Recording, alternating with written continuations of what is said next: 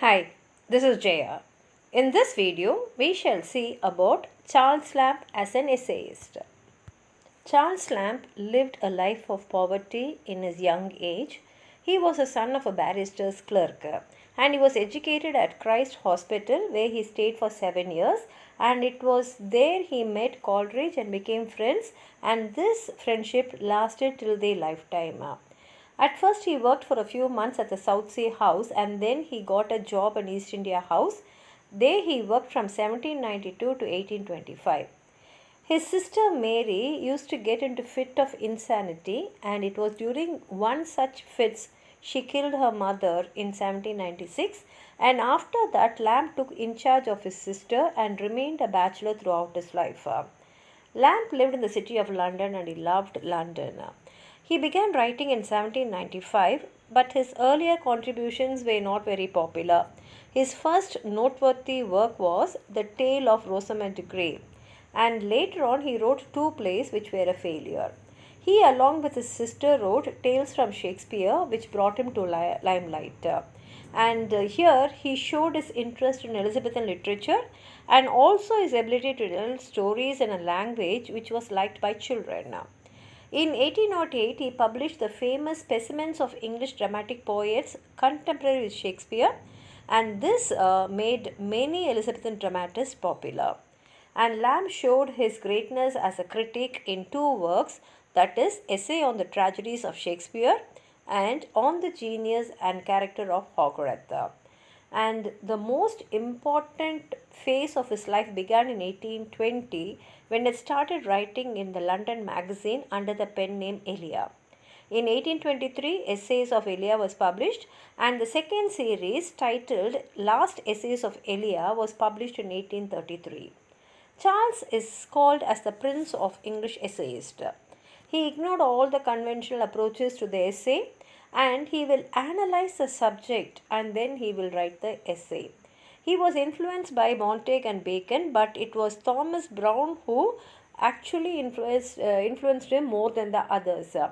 The most important element in Lamb's essay is the personal element. Whatever may be the subject, he will write it with intimate, confident tone. And a systematic biography of Lamb can be constructed if we are going to arrange the essays of Elia.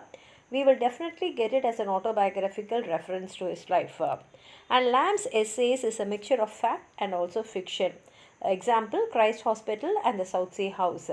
Lamb has always been very simple, and that is why even children love his writings, and there is no touch of vanity in his self revelations. His essays are always characteristics of the humor and pathos, and Lamb's humor is a part of his humanism. He will never hurt anyone. And another feature of his humor is there will be a tinge of sadness in his essays, for example, Dream Children and New Year's Eve. And his intense humanity made him tolerant and also charitable. Since he suffered and sacrificed a lot in his life, his humor was actually a device for him to escape from the gloom that enveloped his life. And Lamb was one of the greatest stylists in English literature. He has been profoundly influenced by the Elizabethans and the metaphysicals, and another influence on him was the Bible. Lamb has used the words beautifully in the right spot in each sentence. And his style is marked by a love for coining words, the use of alliterations, the use of compound words, and the formation of adjectives from proper nouns. He has used a number of allusions, both biblical and mythical, and also he has used quotations, for example, in perfect sympathies. Another aspect of his style is its poetic and musical quality. His prose is generally compared with the poetry of Keats and Shelley because they have a poetic rhythm in them. And Lamb's style of writing is very conversational. It will be as though he is talking to us, and that also as though he is intimately talking with us. And he is a visualizer of memories. That is, he brings back all that he remembers in his life. And he takes readers into his confidence.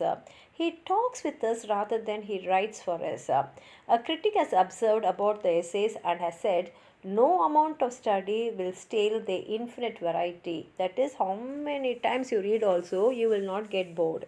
And even if you have to read his writings 100 times, they will be all the better loved the 100 and the first time. That is, each time you read his essays, you will love them, and even you'll be prepared to read them again. That is what he is saying.